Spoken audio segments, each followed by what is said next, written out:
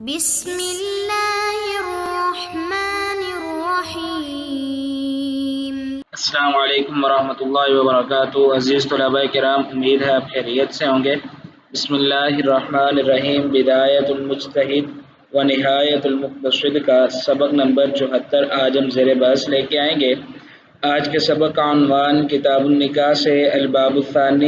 الثانی سے الرکن الثالث اور الرکن الثالث کی تفصیلات میں سے الفصل السابع اور اس میں سے بھی موانع الرق یعنی جو غلامی کی وجہ سے ممانعت قائم ہوتی ہے اس کے حوالے سے آج انشاءاللہ العزیز ہم سیکھنے کی، سمجھنے کی اور جاننے کی کوشش کریں گے۔ آج کے سبق میں انشاءاللہ ہم یہ تفصیلات دیکھیں گے کہ آیا غلامی بھی نکاح میں ممانعت کا سبب بن سکتی ہے یا نہیں بن سکتی؟ اگر بن سکتی ہے تو کس کے حق میں یہ ممانعت ہے اور کس کے حق میں یہ جائز ہے؟ یہ جو تمام تر تفصیلات ہیں وہ انشاءاللہ العزیز ہم آج کے سبق میں سمجھنے کی اور جاننے کی کوشش کریں گے۔ آج کا سبق شروع کرنے سے قبل گزشتہ سبق کا خلاصہ دہرا لیتے ہیں اور یہ جان لیتے ہیں کہ گزشتہ سبق میں ہم نے کون سی چیزیں سیکھنے کی، سمجھنے کی اور جاننے کی کوشش کی۔ گزشتہ سبق میں ہم نے کتاب النکاح سے الباب الثانی سے الرکن الثالث اور الرکن الثالث کی تفصیلات میں سے جو چیز ہم نے پڑھی وہ الفصل السادس کی تفصیل تھی۔ الفصل السادس کے جو مسائل ہیں ان کے حوالے سے ہماری گفتگو تھی، اور جو ہم نے عنوان پڑھا وہ موانع الجمع کا حکم تھا، یعنی جمع کی وجہ سے جو حرمت لازم آتی ہے دو رشتوں کو ایک عقد میں جمع کرنے کے حوالے سے، اس کی تفصیلات ہم نے گزشتہ سبق میں دیکھی۔ گزشتہ سبق میں ہم نے جو اس مسئلہ کا بقیہ حصہ تھا اس کے متعلق جاننے کی کوشش کی، اور اس کے ساتھ ساتھ جو گزشتہ سبق میں مسائل ذکر کیے گئے ان مسائل کی امثلہ جو ہیں وہ بھی الحمدللہ ہم نے جاننے کی کوشش کی، اور اس کے بعد ہم نے الفصل السابع جو ہے اس کا ایک ابتدائی تعارف ٹائٹل کے اعتبار سے وہ جاننے کی کوشش کی۔ آج کے سبق میں انشاءاللہ العزیز جو چیز ہم پڑھیں گے وہ ہے کتاب النکاح سے الباب الثانی سے الرکن الثالث اور الرکن الثالث کی تفصیلات میں سے الفصل السابع یعنی جو 7ویں فصل ہے اس کے متعلق انشاءاللہ العزیز ہم سیکھنے کی، سمجھنے کی اور جاننے کی کوشش کریں گے، اور اس میں ہم پڑھیں گے کہ غلامی سے قائم ہونے والی حرمت کا حکم کیا ہے، یعنی مانع الرق غلامی کی وجہ سے جو حرمت قائم ہوتی ہے اس کی تفصیلات وہ انشاءاللہ العزیز آج ہم جاننے کی کوشش کریں گے۔ اور اس کے ساتھ ساتھ آج کے سبق میں جو مسئلہ ہے وہ یہ بھی دیکھیں گے کہ مرد کی ماتحتی میں کوئی آزاد عورت ہو تو کیا وہ استطاعت میں آتی ہے یا نہیں آتی۔ اس مسئلے کی جو تفصیل ہے وہ انشاءاللہ ہم دیکھیں گے۔ فی الوقت اس کا ٹائٹل جو ہے وہ دیکھ لیجئے، اور مرد کی ماتحتی سے مراد یہاں پہ عقد نکاح میں ماتحت ہونا ہے، تو اس حوالے سے جو تفصیلات ہیں وہ انشاءاللہ ہم آج کے سبق میں ہی دیکھیں گے۔ اب ہم اپنا آج کا سبق شروع کرتے ہیں۔ جی آج کا سبق ہمارا الرکن الثالث کے حوالے سے ہے۔ امام رحمہ اللہ نے الرکن الثالث کا تعارف کچھ اس انداز سے کروایا کہ فی معرفت محل العقد، یہ محل عقد یعنی عقد نکاح کے محل کے حوالے سے اس میں تفصیلات بیان ہوں گی، اور امام رحمہ اللہ فرماتے ہیں کہ ہر عورت جس کو ہم اپنے لیے حلال یا جائز کر سکتے ہیں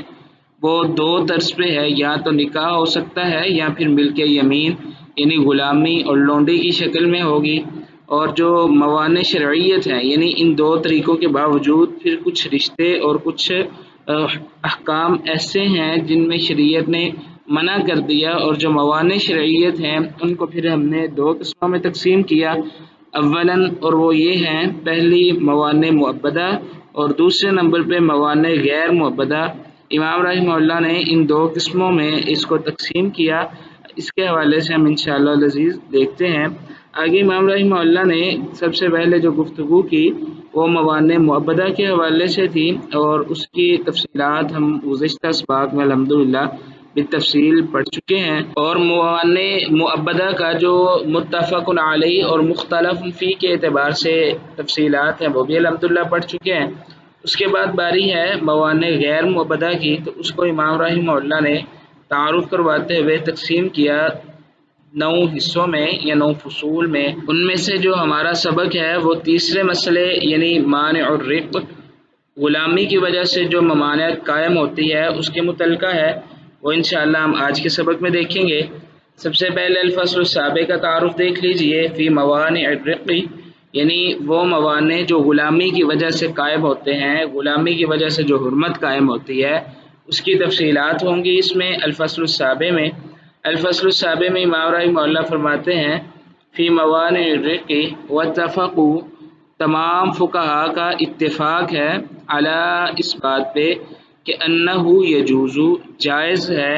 للعبد غلام کے لیے، عبد بمانا غلام یہاں پہ،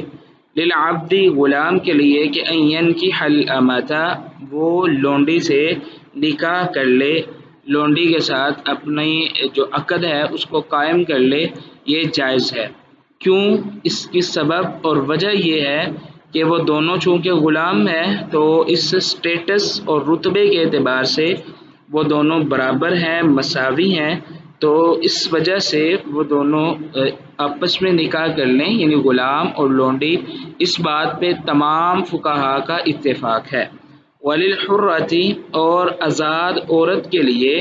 ان تنکح العبد، کہ وہ غلام سے شادی کر لے. واؤ کا جو عطف ہے وہ گزشتہ جملے پہ ہی ہے، تو اس سے مراد کہ تمام فقہا کا اتفاق ہے اس بات پہ بھی کہ آزاد عورت جو ہے وہ بھی نکاح کر سکتی ہے غلام سے، اذا رضیت بذالک، لیکن شرط اس میں پہلی یہ ہے اذا رضیت بذالک ہی و اولیاؤہا،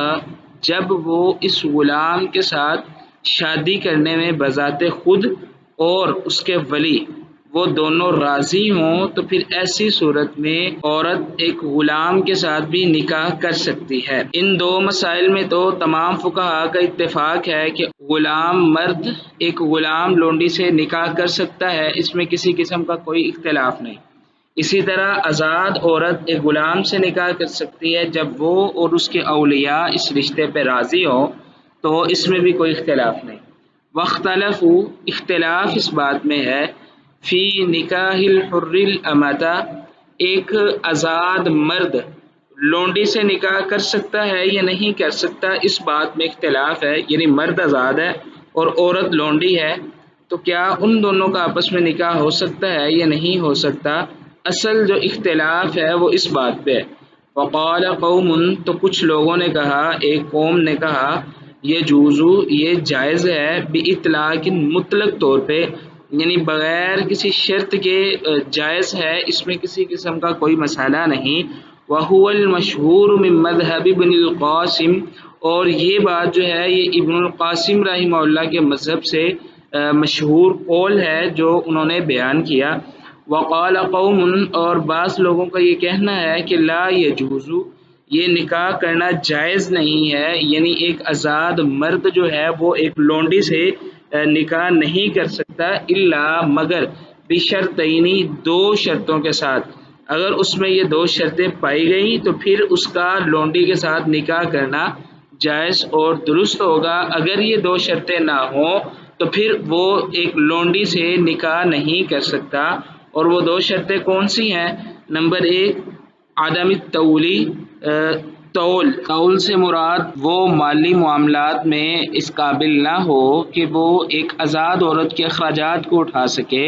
حق مہر دینے کی سکت نہیں، یا دیگر معاملات جو ہیں، یعنی مالی لحاظ سے اس کے پاس کوئی فراوانی نہیں ہے. اگر فراوانی نہیں ہے تو پھر وہ کر سکتا ہے. اور دوسری شرط جو بیان کی وہ یہ ہے کہ وہ خوف العنتی، دوسرے نمبر پہ اس کا گناہ میں مبتلا ہونے کا ڈر ہو. العنت سے مراد زنا کی طرف یا گناہ کی طرف مائل ہونے کا اسے خدشہ ہو. تو ان دو شرطوں کی وجہ سے وہ آزاد مرد ایک لونڈی سے نکاح کر سکتا ہے. وَهُوَ الْمَشْهُورُ مِنْ مَذْهَبِ مَالِكٍ، اور یہ بات جو ہے یہ قول امام مالک رحمہ اللہ کے مذہب سے مشہور ہے. وَهُوَ مذهب ابی حنیفہ والشافعی، اور یہی مذہب امام ابو حنیفہ رحمہ اللہ اور امام شافعی رحمہ اللہ کا ہے، جس کو ترجیح دی ہے اور جس پہ فقہا کا اتفاق ہوا ہے کہ جو ایک آزاد مرد ہے وہ لونڈی سے نکاح ان دو شرطوں کی وجہ سے کر سکتا ہے. اور یہی جماہیر جو علماء ہیں ان کا بھی موقف اسی مسئلہ میں ہے، اور وہ بھی اسی چیز کی رائے رکھتے ہیں۔ آگے امام رحمہ اللہ اس مسئلے کا سبب اختلاف بیان کرتے ہیں اور لکھتے ہیں کہ وَالسَّبَبُ فِي اخْتِلَافِهِمْ، اور جو سبب اختلاف ہے ان کا اس مسئلے میں، یعنی فقہا کی آراء کا جو مختلف ہونا ہے، اس کا سبب یہ ہے کہ معارضۃ دلیل الخطاب فی قولہ تعالی، دلیل خطاب کا مطلب کہ اللہ رب العزت نے جو تخاطب کے صیغے بولے ہیں، مخاطب کے ساتھ جو اللہ رب العزت نے آیات بیان کی ہیں، اس میں جو دلیل خطاب ہے جس کو مخاطب کیا گیا ہے، کیا وہ قوی ہے عموم سے؟ یہ اصل سبب اختلاف ہے۔ اور وہ اللہ رب العزت کا کون سا قول ہے جس میں اختلاف ہے؟ وہ اللہ رب العزت نے قرآن مجید میں ارشاد فرمایا، اعوذ باللہ من الشیطان الرجیم، ومن لم يستطع منکم طولا ان ينکح المحصنات المؤمنات فمما ملكت ايمانكم من فتياتكم المؤمنات والله اعلم بايمانكم بعضكم من بعض فانكحوهن باذن اهلهن وآتوهن اجورهن بالمعروف محصنات غير مسافحات ولا متخذات اخدان فإذا أحصن فإن أتين بفاحشة فعليهن نصف ما على المحصنات من العذاب ذلك لمن خشي العنة منكم وأن تصبروا خير لكم والله غفور رحيم۔ یہ مکمل آیت سورۃ النساء کی 25 نمبر جو آیت ہے، یہ جو آیت ہے اس میں دلیل خطاب اللہ رب العزت فرماتے ہیں من لم یستطیع منکم، تم میں سے جو طاقت نہیں رکھتا، اور اسی طرح اس آیت کے آخر میں فرمایا کہ وَأَن تَصْبِرُوا، اگر تم صبر کرو، یعنی جو حاضر کے صیغے ہیں، تخاطب کے صیغے ہیں، خطاب والے صیغے ہیں، وہ استعمال ہوئے ہیں۔ یہ جو دلیل خطاب ہے کیا یہ قوی ہے، یا لعموم قولہ تعالی، یا اللہ رب العزت کے اس فرمان میں جو اللہ رب العزت نے سورۃ النور میں فرمایا، اور وہ یہ ہے اعوذ باللہ من الشیطان الرجیم وَأَنكِحُوا الْأَيَامَ مِنكُمْ وَالصَّالِحِينَ مِنْ عِبَادِكُمْ وَإِمَائِكُمْ إِن يَكُونُوا فُقَرَاءَ يُغْنِهِمُ اللَّهُ مِنْ فَضْلِهِ وَاللَّهُ وَاسِعٌ عَلِيمٌ۔ اب یہ اس آیت میں اللہ رب العزت نے حکم دیا کہ تم نکاح کر دو مردوں کا جو ایامہ منکم والصالحین، الایامہ جو ہے ایما سے ہے، اور اس کا مطلب ہے وہ عورت جس کا خاوند نہ ہو، کنواری ہو یا بیوہ ہو یا مطلقہ، اور اسی طرح وہ مرد جس کی بیوی نہ ہو، وہ کموارہ ہو یا رنڈوا جسے کہہ لیں، جس کی عورت یا بیوی فوت ہو چکی ہو، تو اس میں دونوں مرد اور عورت ایامہ میں شامل ہیں۔ تو ایامہ منکم والصالحین من عبادکم و ایمائکم، اس آیت میں اللہ رب العزت نے مردوں اور عورتوں کے حوالے سے ایک عمومی حکم دیا کہ تم ان کے نکاح کر دو، ان یکونوا فقراء یغنیہم اللہ من فضلہ، اگر وہ فقیر ہوں گے تو اللہ ان کو اپنے فضل سے غنی فرما دیں گے۔ اب اس آیت میں ایک عموم ہے، اور جو سورۃ النساء کی آیت ہے اس آیت میں ایک خصوص ہے یا دلیل خطاب ہے۔ تو کیا آیا یہ دونوں آیات آپس میں متعارض ہیں؟ کیا ان میں کوئی تعارض واقع ہو رہا ہے؟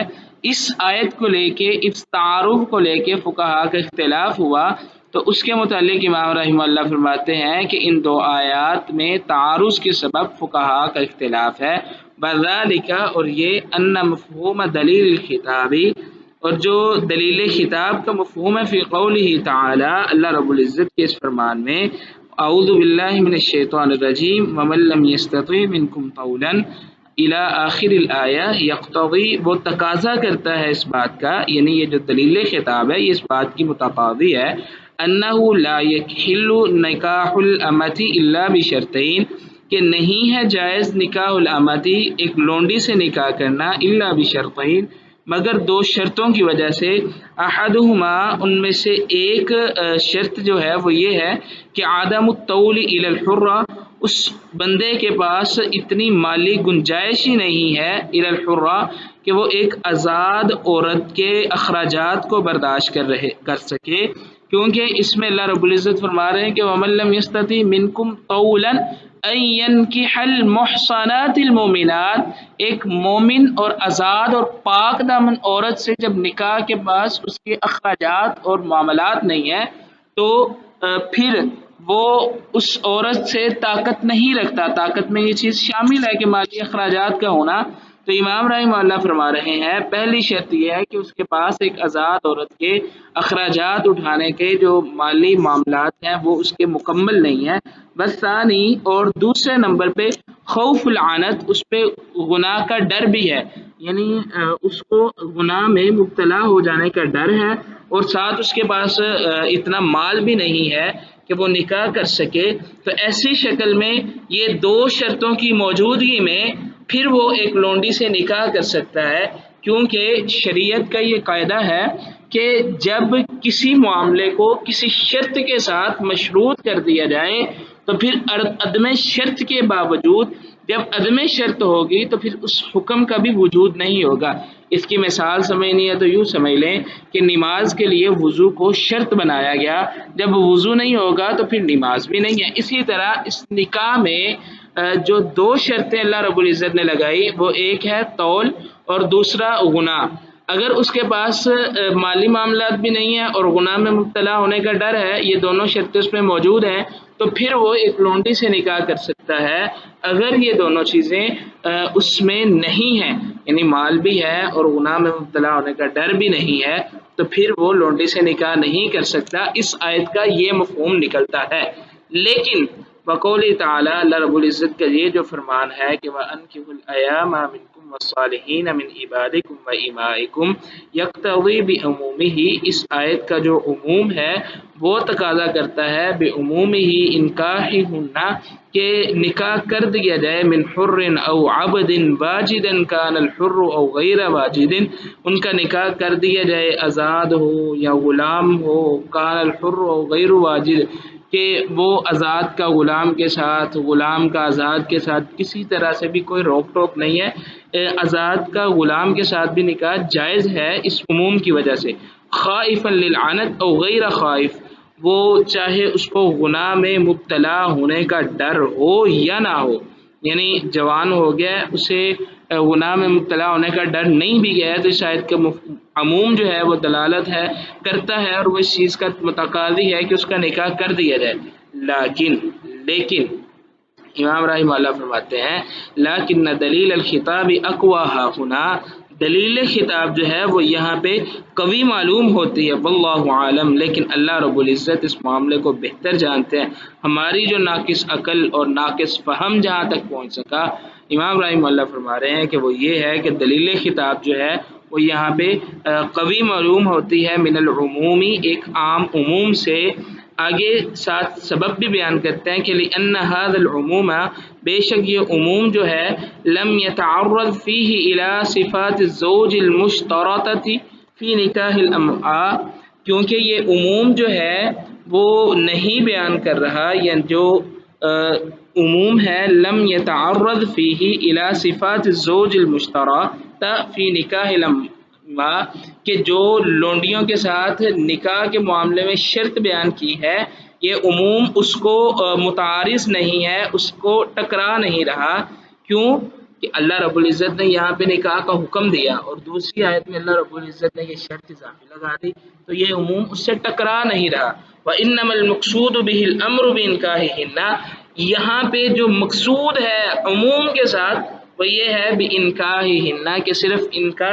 نکاح کر دیا جائے، وَأَلَّا يُجْبَرْنَ عَلَى النِّكَاحِ، اور نہ ان کو مجبور کیا جائے علی النکاح، نکاح پہ۔ ایک عام معاملے میں، ایک عام فلو میں، ایک عام انداز سے نکاح کر دیا جانا اس آیت کے عموم کا تقاضا کرتا ہے۔ اب یہاں پہ یہ مسئلہ سمجھ لیں، وہ مسئلہ یہ ہے کہ وَمَن لَّمْ يَسْتَطِعْ مِنكُمْ طَوْلًا، اس میں عموم کی بجائے خطاب ہے، خصوص کی طرف دلالت کرتا ہے۔ وَأَنكِحُوا الْأَيَامَ میں صیغہ امر ہے اور ساتھ اس میں عموم بھی پایا جاتا ہے، تو امام رحمہ اللہ فرماتے ہیں کہ اللہ بہتر جانتے ہیں، لیکن ہمیں یہ معلوم ہوا ہے کہ خطاب والی جو دلیل ہے وہ قوی ہے، جبکہ جو عموم والی دلیل ہے وہ قوی نہیں ہے۔ اس کا سبب یہ بیان کیا کہ جو خطاب والی دلیل میں اللہ رب العزت نے شرطیں لگائی ہیں، عموم والی آیت ان شرطوں کے متعارض نہیں ہے، بلکہ اس مطلق کو، اس جو عام حکم ہے اس کو مقید کرنے والی ہے وہ آیت۔ امام رحمہ اللہ یہاں پہ اس چیز کی طرف اشارہ کر رہے ہیں، اور ساتھ کہتے ہیں وَهُوَ أَيْضًا، اور یہ جو آیت ہے محمول علی الندب عند الجمہور، اس آیت کو محمول کیا گیا ہے علی الندب، مستحب ہونے پہ، مندوب ہونے پہ، عند الجمہوری، جمہور کے نزدیک، مع، باوجود اس کے کہ ما فی ذلک من ارحاق الرجل ولدہ، آدمی اپنی اولاد کو خود غلام بنا لیتا ہے، ما فی ذلک من ارحاق الرجل ولدہ، کہ انسان اپنی اولاد کو خود غلام بنا لیتا ہے۔ اس کا مطلب یہ ہے کہ جب انسان، ایک آزاد مرد کسی لونڈی سے نکاح کرتا ہے اور وہ لونڈی بھی کسی اور کی ہے، اس نے نکاح کیا تو اس سے جو اولاد پیدا ہوئی اس اولاد کا سٹیٹس غلامی والا رہا۔ اگر تو اپنی لونڈی سے نکاح کرے تو جب اس لونڈی سے اولاد پیدا ہو گئی تو وہ اولاد غلام تصور نہیں کی جائے گی، لیکن جب وہ لونڈی ہی کسی اور کی ہے تو پھر اولاد کا سٹیٹس اور ہوگا۔ آگے امام رحمہ اللہ فرماتے ہیں کہ وَاخْتَلَفُوا مِنْ هَذَا الْبَابِ فِي فَرْعَيْنِ مَشْهُورَيْنِ، اس باب میں اختلاف کیا ہے فقہاء نے فی فرعین مشہورین، دو مشہور ترین مسائل میں، اور وہ یہ ہیں، آنی میری مراد یہ ہے کہ الذین، وہ لوگ، لم یجیز النکاح، جنہوں نے نہیں جائز قرار دیا نکاح کو، الا، مگر، بشرطین، دو شرطوں کے ساتھ، المنصوص علیہما، جن پہ قرآن مجید کی نص دلالت کرتی ہے۔ اس جملے سے مراد یہ ہے، امام رحمہ اللہ نے جو اس مسئلے کی ابتدا میں موقف ذکر کیے تھے کہ بعض فقہاء مطلق طور پہ لونڈی کے ساتھ نکاح کو جائز قرار دیتے ہیں، اور بعض فقہاء دو شرطوں کے ساتھ جائز قرار دیتے ہیں۔ جو دو شرطوں کے ساتھ جائز قرار دیتے ہیں ان فقہاء نے اس مسئلے میں پھر آگے دو مزید مسائل میں اختلاف کیا۔ احدہما، ان میں سے پہلا مسئلہ وہ یہ ہے کہ اذا کانت تحتہ حرۃ، جب اس مرد کے ماتحت ایک آزاد عورت موجود ہو، یعنی اس نے ایک آزاد عورت سے پہلے سے نکاح کر لیا ہو اور ایک آزاد عورت اس کے عقد میں موجود ہو،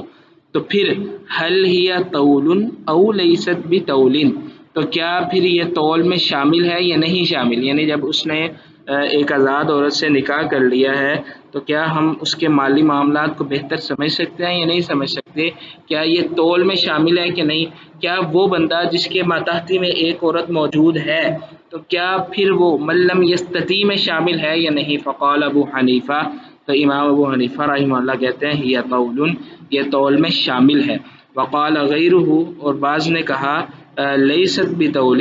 وعن مالک فی ذلک القولان، اور امام مالک رحمہ اللہ سے اس مسئلے میں دونوں قول جو ہیں وہ ثابت ہیں، اور امام مالک رحمہ اللہ کی رائے اس میں دونوں طرح موجود ہے، یعنی ان کا ایک قول یہ بھی ہے کہ طول ہے اور ایک قول یہ بھی ہے کہ یہ طول میں شامل نہیں ہے۔ آگے اس کا دوسرا مسئلہ ہے، اس کے حوالے سے ہم آئندہ سبق میں انشاءاللہ دیکھیں گے۔ اب ہم اپنے آج کے سبق کا خلاصہ دیکھ لیتے ہیں۔ آج کے سبق میں ہم نے کتاب النکاح سے الباب الثانی الرکن الثالث اور اس کی تفصیل میں سے الفصل السابع کی تفصیل اور اس میں غلامی سے قائم ہونے والی حرمت کا حکم، اس کے متعلق دیکھا، اور ساتھ یہ مسئلہ جاننے کی کوشش کی کہ مرد کی ماتحتی میں کوئی آزاد عورت ہو تو کیا وہ استطاعت میں آتی ہے یا نہیں آتی، تو اس کے متعلق بھی جاننے کی کوشش کی۔ اگلے سبق میں انشاءاللہ العزیز ہم پڑھیں گے الباب الثانی سے ہی الرکن الثالث اور اس کی تفصیل میں سے الفصل السابع کی تفصیل، اور اس میں غلامی سے قائم ہونے والی حرمت کا حکم۔ اس کا جو دوسرا مسئلہ ہے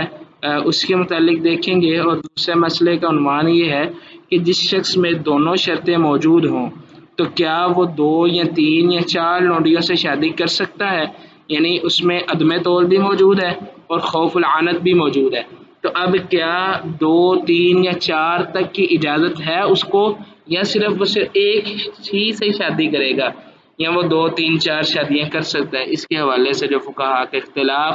سبب اختلاف وغیرہ ہے وہ ہم انشاءاللہ آئندہ سبق میں دیکھیں گے۔ اگلے سبق سے پہلے آپ یہ سوال حل کریں۔ سوال یہ ہے کہ خالہ اور بانجی کو ایک نکاح میں جمع کرنے کا کیا حکم ہے؟ اس کے حوالے سے امام رحمہ اللہ نے جو امثلہ ذکر کی، طرفین کو، ایک کو مرد بنا کے ایک کو عورت بنا کے، جو اس طرح کی امثلہ ذکر کی ان کو خصوصی طور پہ دیکھیں اور اس کے متعلق فقہا کی آراء جو ہیں اس کو جمع کرنے کی کوشش کریں اور ضبط کرنے کی کوشش کریں۔ تب تک کے لیے اللہ حافظ، اپنا خیال رکھیے گا۔